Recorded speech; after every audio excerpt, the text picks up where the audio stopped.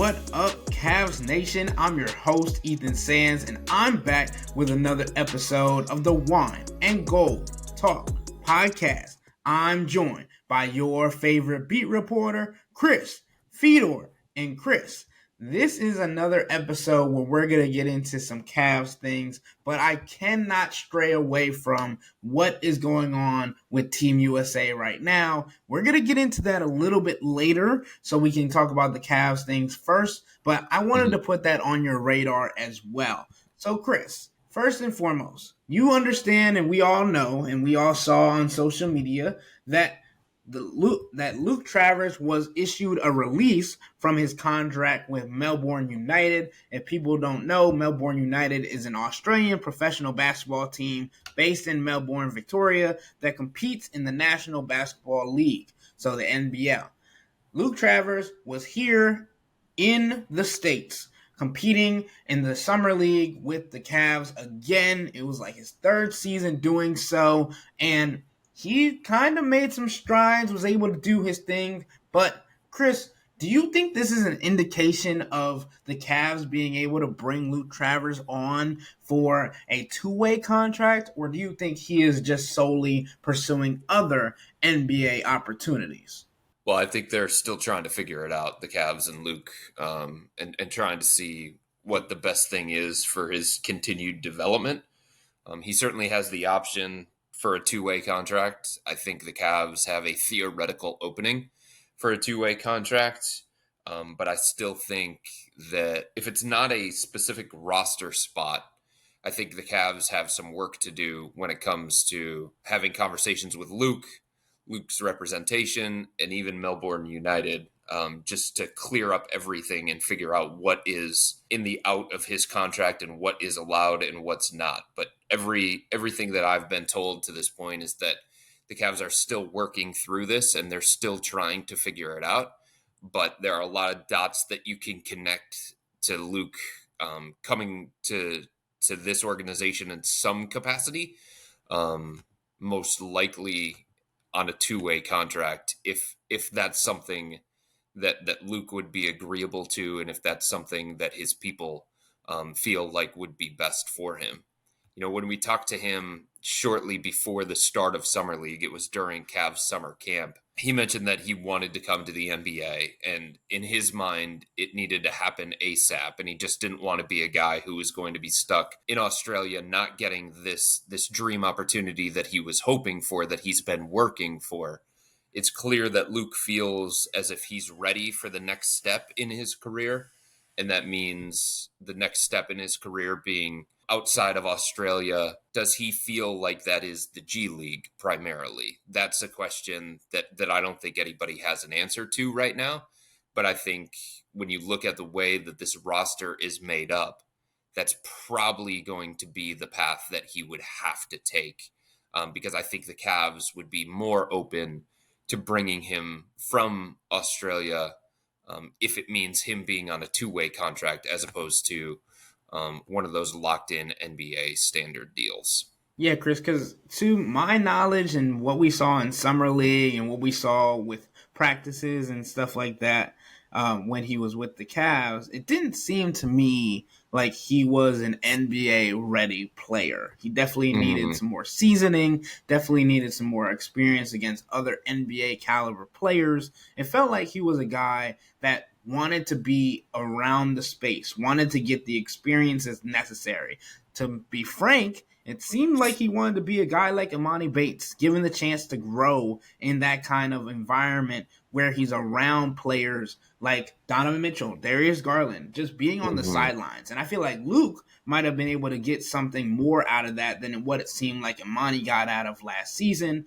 That's also to say that Emoni Bates will also be on a two-way contract if he accepts the qualifying offer from the Cleveland Cavaliers, because we understand that he is still being viewed as a guy that is more so still growing, still maturing, still learning his game, still trying to figure out his body, and obviously adding 26 pounds this offseason is helpful for that, but continuing to do that and continuing to figure out how he plays in that new body, that new frame, will help his development exponentially as he continues throughout his NBA career. I think that's an important point that you make when it comes to Luke. Obviously, he wants to be in the NBA. He wants to take the next step. He feels like he's ready to take that next step. But what is the opportunity that he would have here in Cleveland? It's something that he has to explore. It's something that his people have to explore.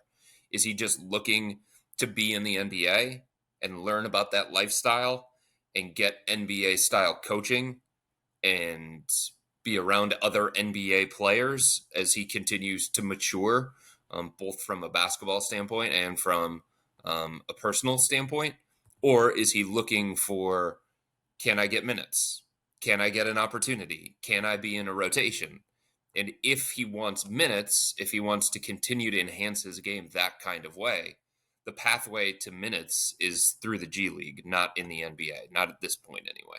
Not on this team either. Yeah, and I think it's definitely trying to figure out where he stands in the NBA. And obviously, the release from Melbourne United was to give him NBA opportunities to pursue those and see where he kind of tests the waters. I feel like that's kind of the thing that we've seen from some of the Cavs guys this season, this offseason, talking about Isaac Okoro wanted to test the waters of restricted free agency and see what his value is around the NBA. Luke Travers seems to be doing the same thing, even though he hasn't played a single game in the NBA yet. Mm-hmm. But the other thing that happened recently in the Cavs world was obviously the extension of Donovan Mitchell, Evan Mobley, and also Jared Allen. But a guy that used to play on the Cavs team that was issued a new contract is Lauri Markkanen.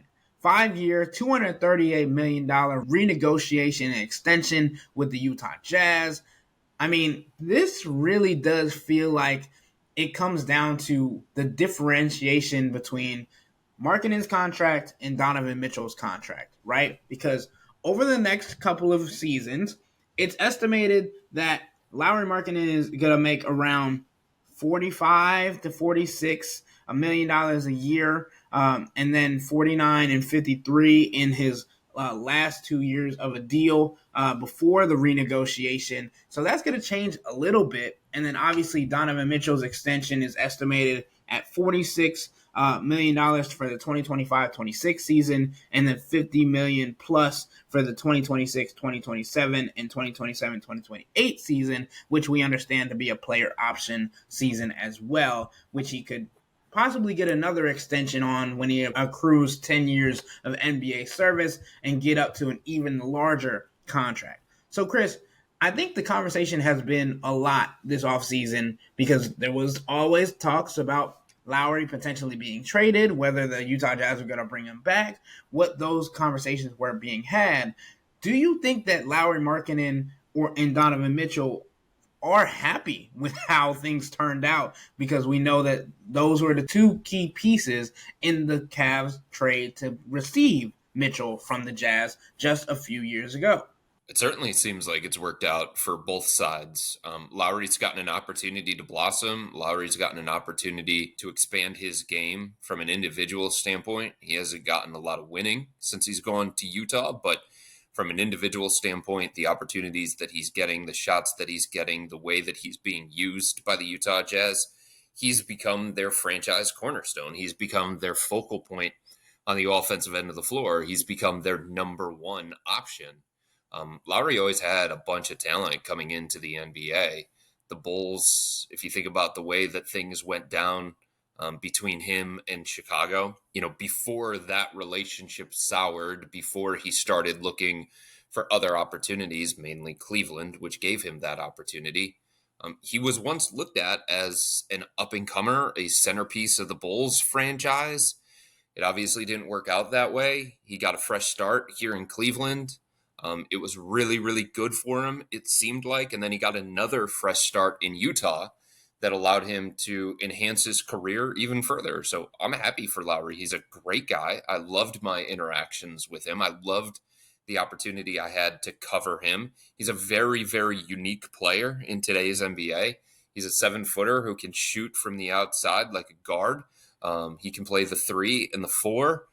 It makes a lot of sense that Utah would commit to him with this kind of situation that they're in, and with the kind of player that he has become for the Jazz. At the same time, certainly seems like Donovan has become a better player here in Cleveland. The last 2 years that he's been here in Cleveland, he has gotten opportunities and he's accomplished things that he was never able to accomplish in Utah. He was never starter for the All-Star team in the Western Conference when he was with the Jazz. He didn't have career highs across the board the way that he has here in Cleveland the last 2 years. And I think Donovan feels really, really good about the situation that the Cavs are in from a winning perspective and what they can accomplish moving forward. Bringing this core four group together again. New coach, Kenny Atkinson. This is a team that's coming off back-to-back playoff appearances, in part because Donovan helped them become that team. But the other pieces around him, I think he has a belief in Darius Garland. I think he has a belief in Jared Allen. I think he has a belief in Evan Mobley. And even though the Cavs lost in the Eastern Conference semifinals against the Celtics, I believe that Donovan feels, and he'll probably say this around the time of media day, around the time of training camp, that the Cavs can compete with anybody in the NBA. And I don't think that's just hollow words. I don't think that's just being politically correct. I think Donovan deep down believes that. And that level of belief is something that I don't know that he had while he was in Utah, especially toward the tail end of his time in Utah. So Donovan was given this opportunity that it felt like he needed to progress his career and see if he could reach some places from a team perspective that he couldn't in Utah. Like, I think in Utah, everybody, including Donovan, felt like, okay, that team peaked and there was nowhere else that they could go. So this gave him another opportunity to go somewhere else from a team perspective. And now it remains to be seen if the Cavs can get to the conference finals and the NBA finals.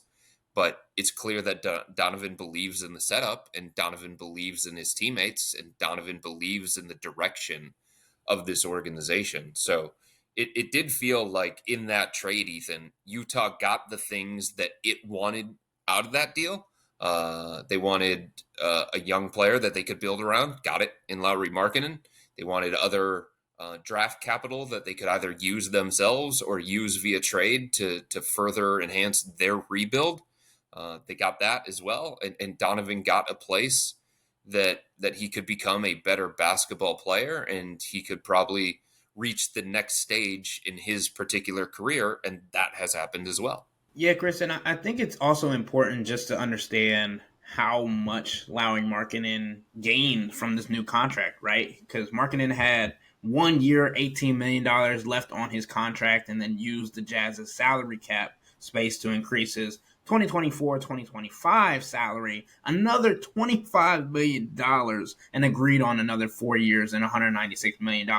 That included no options, along with something that we talked about the other day when it comes to the 6 months that you have after being signed to a new contract or agreeing to a new contract, that you can't be traded. So that pushes him past the February 6th deadline, because he got his deal done on August 7th. So that pushes him past the deadline, meaning he isn't eligible to be moved until next offseason. I know that might make or break the hearts of some Cavs fans, because they tried to talk about it last season about the potential return of Lauri Markkanen. That looks a lot murkier now than it did last season. Obviously, Lauri Markkanen is a guy that has been continuing to grow during his career in the NBA. Obviously, Chris, you talked about what he's been able to do part of the Jazz. Obviously, winning is something that he was not accustomed to, but wants to get to with the Jazz, and they're going to build around him. They're going to create a space where he can succeed there. Obviously, Donovan Mitchell is in a better space with the Cavs to do that now, also being in the Eastern Conference opposed to the Western Conference, which we know to be a little bit more difficult when it comes to the entirety of the conference rather than just the top 10 seeds in the East being boastful across the league. But Chris, I really wanted to just get your opinion on how everything has gone down this offseason with the Cavs. If you had to grade it, like you're back in school, if you had an A+ to a F, what are you grading the offseason for the Cavs? And I think I personally am giving it a solid B. I think Ethan it's a B plus. I fall short of giving it an A because the only external improvement that they made, the only external addition that they made from a player perspective, is Jalen Tyson with the 20th overall pick, and we'll see. We'll see what he becomes in his rookie year for the Cavs. We'll see what kind of role he's going to have as a rookie for the Cavs, and we'll see what kind of player he ultimately becomes. He was really good at Summer League. He went 50, 40, 90 at Summer League. He led the team in basically everything while he was out there at Summer League, but it's very, very different once you get to the NBA and the real games start happening and going through it for the first time. It's going to be an adjustment for him, especially learning how to play off the ball and some of that kind of stuff. So, given that they didn't do anything else to this point to enhance the roster, it's hard for me to give it an A. But at the end of the day, you can't overlook the fact that it was a monumental summer for them from an internal standpoint. They got Donovan Mitchell, one of the premier players in the entire NBA, to come back, to re-sign with them, to extend his deal. That is something that at the time that the Cavs traded for him, everybody around the NBA said that, okay, that's a nice trade, Cleveland, but he's going to be gone in a couple of years. Okay, that's a nice trade, Cleveland, but you gave up all of that stuff for a rental for a couple of years of Donovan Mitchell. You're going to regret that. You're going to regret giving up Lauri Markkanen. You're going to regret giving up all that draft capital. You're going to regret giving up Colin Sexton because people thought it was just going to be a short-term stay in Cleveland. It's not. He continues to give them an opportunity to chase a championship with Donovan Mitchell as their top player and this young core in place. They can be a contending team in the Eastern Conference. So the fact that Donovan Mitchell, one of the best players in the NBA, in the prime of his career, decided to extend his contract here in Cleveland, that is a massive, massive deal for this organization. It was a celebratory moment this offseason for the organization. And beyond that, got a deal done with Evan Mobley, locked him in as a core member of this team. He was obviously always viewed as a foundational piece. He was always viewed as somebody who could change the trajectory of this organization. But now he's locked in.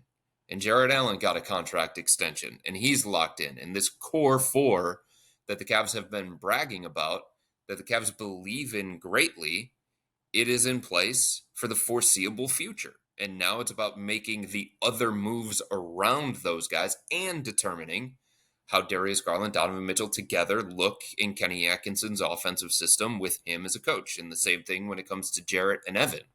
But their priority coming into this offseason, Ethan, was always about their own guys. It wasn't going to be a splashy summer the way that it was last offseason when they knew that they needed to improve this roster by bringing guys in from outside the organization. If they didn't sign Max Strus, they wouldn't have had a starter quality wing, right? If they wouldn't have signed Max Strus, they wouldn't have had enough shooting. They wouldn't have had enough spacing. They needed somebody like Max Strus coming off that series against the New York Knicks. They knew that. And they knew that they couldn't take the next step as an organization without that. So they went out and they did that. And the same thing when it comes to George Niang. So it wasn't going to be that kind of splashy summer coming off the Knicks loss where their flaws were so obvious that if they didn't fix them, they weren't going to reach their goals. They weren't going to take the next step as an organization. Given their salary cap situation coming into this offseason, given the way that their roster was already set up coming into this offseason, it was about an extension for Donovan Mitchell, an extension for Evan Mobley, an extension with Jared Allen, if the two sides could agree to that. And that's what they've done. The only reason it's not an A is because they just didn't make enough external improvements, enough external enhancements or additions for me to give it an A. But I think they accomplished the things that they wanted to accomplish, and those things cannot be overlooked, including the fact that they believe they got a coach that is better suited for this type of team and this type of roster. I agree with you to keep it in the B's. Like I said, I'm giving them a B. And I agree that they did what they set out to do this offseason, obviously, especially with the cap space and the limited capital that they had when it comes to draft picks and things of that nature. There wasn't a whole lot that they could have done, but I still wish they would have been able to figure out a way to go out and get another two-way wing. Obviously, the summer's not over, the offseason's not over. They can still do something. And that's also another thing that I was thinking about with Luke Travers, because obviously the Cavs still own the rights to Travers, as horrible as that sounds. The potential for adding Luke Travers into a deal, potentially with Isaac Okoro, Karis LeVert, some of the other guys that we've talked about. Do you think that could be a reason as well that the Cavs might have asked Melbourne United to release him so he could do the NBA opportunities, but potentially not with the Cavs? I don't know that I would phrase it as the Cavs asked Melbourne United to do that. The sense that I get in talking to a lot of people around the NBA and people inside this organization is this was a Luke thing. This was also Luke's people, that they felt it was time to start looking at other options. So I think Luke feels as if he's ready for this kind of step, and he wanted to have an opportunity to explore other NBA avenues. But I would not classify it as the Cavs went to Melbourne United and said, hey, can you release him from his contract because we want to put him on a two-way, or hey, can you release him from his contract so that we can use him in a trade? That's a possibility, certainly, for the Cavs to use his contractual rights that they have by drafting him a couple of years ago the way that they did.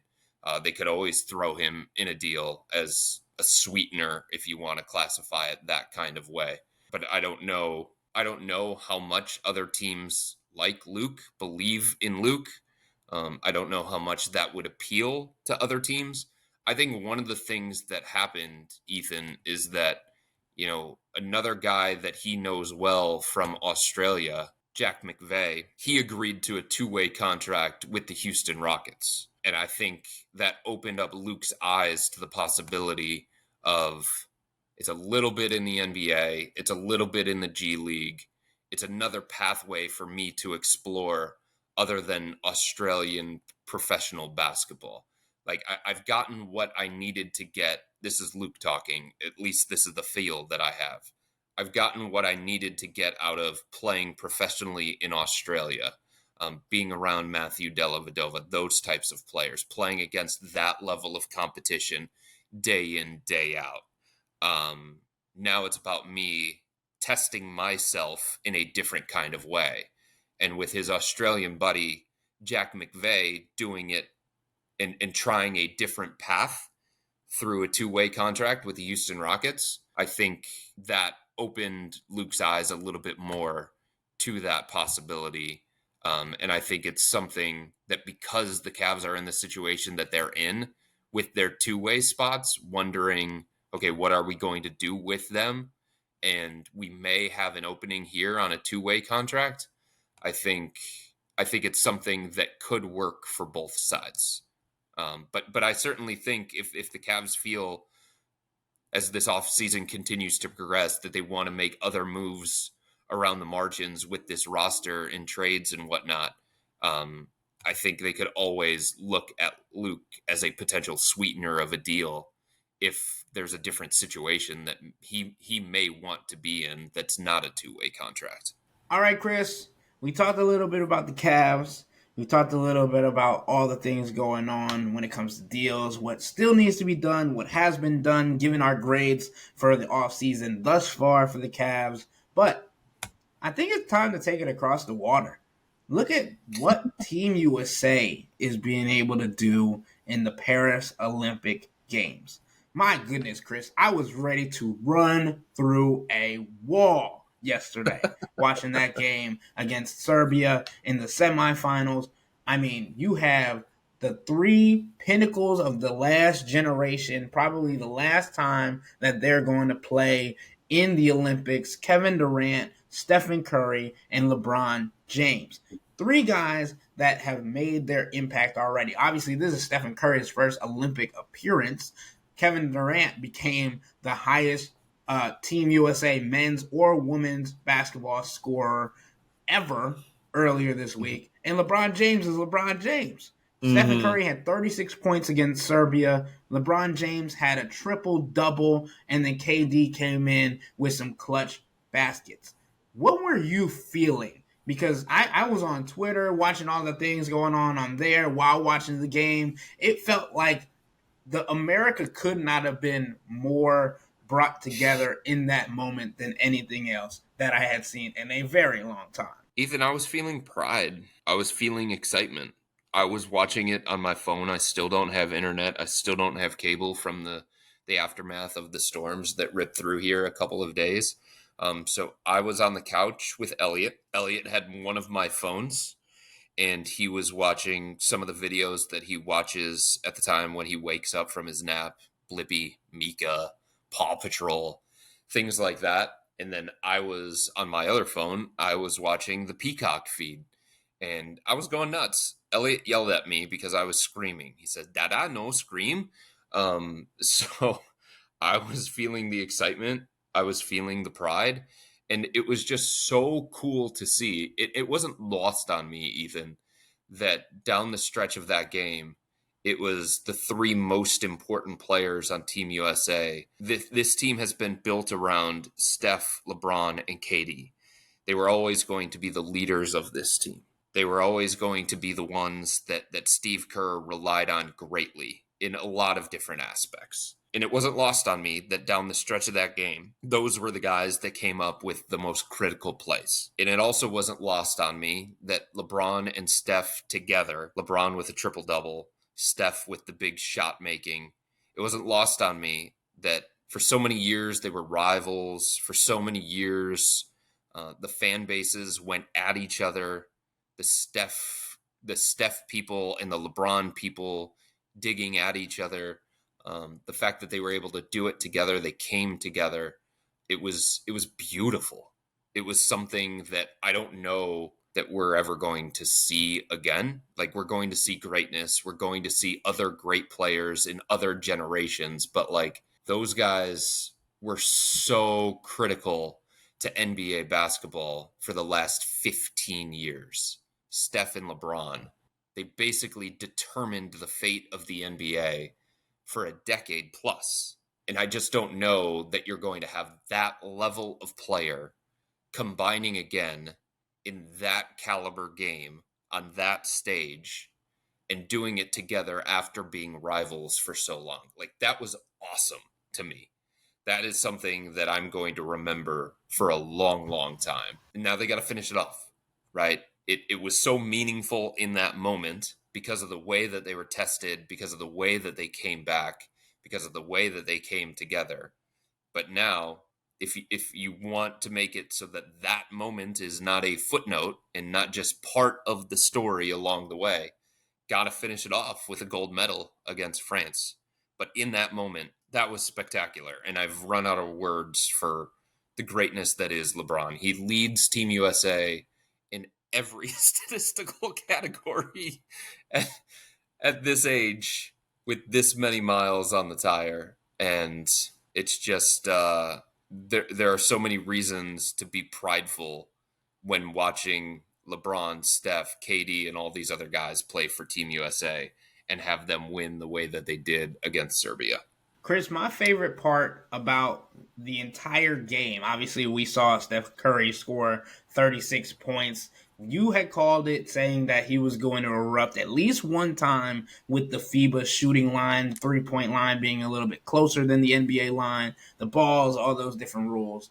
But the one person that scored more points than him in Team USA men's basketball history is Carmelo Anthony, 37 points. Yeah. Carmelo was in attendance, and he was talking to LeBron on the sideline. He was talking with the guys. He was basically like a third base coach on the bench, on the sideline, just talking it up, having Keon Anthony, his son, there with them, being able to see things going on.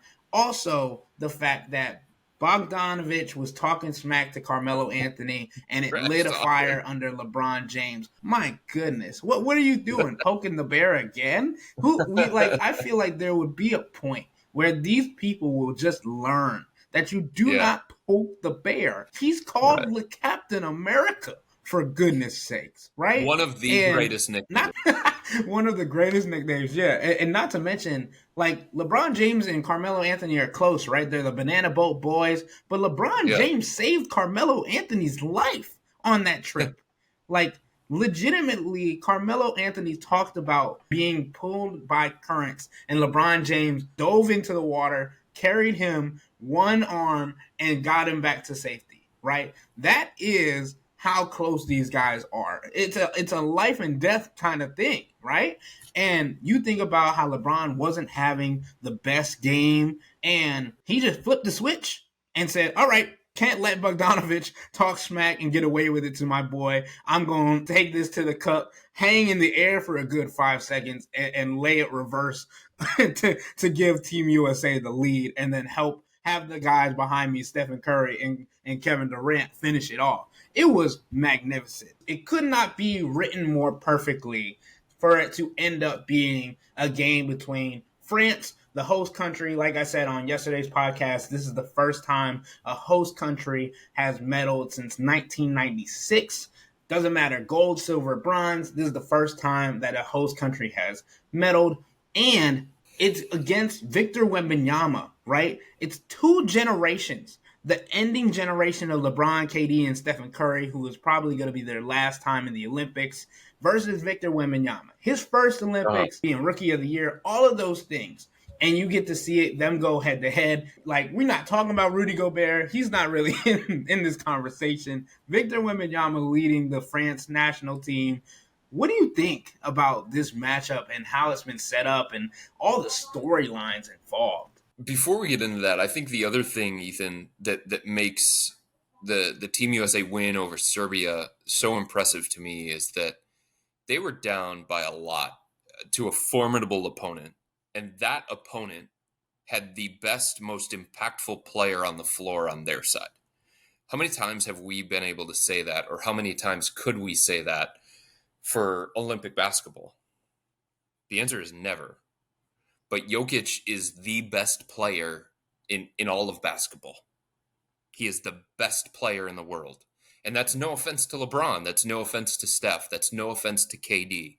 But the best player in the world is playing for Serbia. And that team was leading the United States, and they had a fourth quarter for the ages to make it so that didn't matter as much. Now they're in a situation playing against a France team that, for a lot of the second half of the NBA season, Wemby was one of the best players in the league. The things that he was doing, they just didn't make sense. The way that he was dominating at both ends of the floor. Like, I'm not ready to sit here and say, at his age, at this stage, in his development, that he's better than LeBron, that he's better than Steph. But, man, this dude's going to be an impediment for Team USA for years to come. And that's something that makes it really, really exciting. So you've got the youth and the excitement and the up-and-coming Wemby combined with a lot of the French guys that have been there for a long, long time, that have played wars against Team USA, whether it's in the World Cup, whether it's in the Olympics, whether it's in the exhibitions leading into that. Gobert has been a pillar of French basketball, right? Evan Fournier has been a pillar of French basketball. Same thing with Nando De Colo and Nicolas Batum. So you've got those guys mixed with the prodigy that is Wemby. And I think it's going to be a really fun game. I think it's going to be a competitive game. The two teams have already talked back and forth. LeBron, when he was asked a couple of days ago about which teams have been most impressive to him, he did not say France. He did not single them out. And obviously, the players on that team heard that. Gershon Yabusele, even mentioned it, threw back some of the words that LeBron used against him about the level of physicality that is going to be played in the gold medal game, and how Yabusele believes that the only team that can match the physicality of Team USA, something specifically that LeBron was talking about the other day. So I think one of the things that is going to be fascinating to see is just how Team USA deals with the environment. It is going to be absolutely bananas. Embiid is going to get booed on like every touch. All these other Team USA guys are going to get booed on basically every touch. And it's just going to lead to a really, really fun, exciting basketball game. One other interesting layer to this whole thing. The game is going to be played on 8/10/24. Do you know why that's significant? Because the three numbers that the late Kobe Bryant wore throughout his career were 8, 10, and 24. 8 and 24 with the Lakers, and 10 was his number with Team USA. So I think that's just a fascinating number-related thing. I think that's going to add some emotion into it as well. Chris, that is exactly how I was going to end this podcast. 8/10/24. You cannot make these things up. And if Joel Embiid wants to channel the Kobe mentality and run through a French player to start the game, I would not be mad at him. Insinuate all the boos, bring them on, make the fans understand who you with, whatever you got to do. But I feel like Kobe will be in the room. I feel like LeBron James, Jason Tatum, if he gets to play, is definitely going to be doing that. Apparently, I don't know if this was a joke or not, but it was on X, formerly Twitter, Jason Tatum saying on the bench that job's not finished. Obviously, that's an infamous Kobe line. Mm-hmm. And I just think it's going to be a great day for basketball, right? And obviously the U.S. team for the women's basketball team is also heading to the gold medal game. I was watching that game today. It just felt like it was over before it started. So now they're going to get to head to the gold medal game as well. I don't want to leave them out. They've been phenomenal because they have been so dominant. I think they're nearing 60 straight wins in Olympic play. But yeah, it's going to be an insane day for basketball. And Kobe Bryant, 8/10/24. And that is how you go ahead and win a gold medal to not only represent the country, but also represent the people that you love that are in the building, even if they're no longer with you. So with all that being said, that'll wrap up today's episode of the Wine and Gold Talk podcast. But remember to become a Cavs Insider and interact with Chris and me by subscribing to Subtext. We talked a little bit about Luke Travers and Isaac Okoro and those kind of things that are still being figured out by the Cavs organization. To get that information whenever it comes out, to be the first people to hear about it, sign up for a 14-day free trial or visit cleveland.com/Cavs and click on the blue bar at the top of the page. If you don't like it, that's fine. All you have to do is text the word STOP. It's easy, but we can tell you that the people who sign up stick around because this is the best way to get insider coverage on the Cavs from me and Chris. This isn't just our podcast, it's your podcast. And the only way to have your voice heard is through Subtext. Y'all be safe. We out.